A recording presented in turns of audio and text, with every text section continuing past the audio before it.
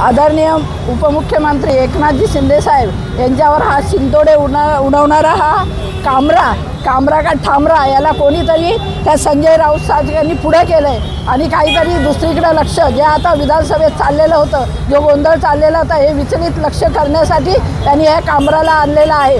आणि गेल्या 2.5 वर्षामध्ये आदरणीय मुख्यमंत्री एकनाथजी शिंदे साहेबांनी जे केलेलं काम आहे, लोकांमध्ये जी त्यांची लोकप्रियता आहे, हे आता त्यांना डळमळीत होते.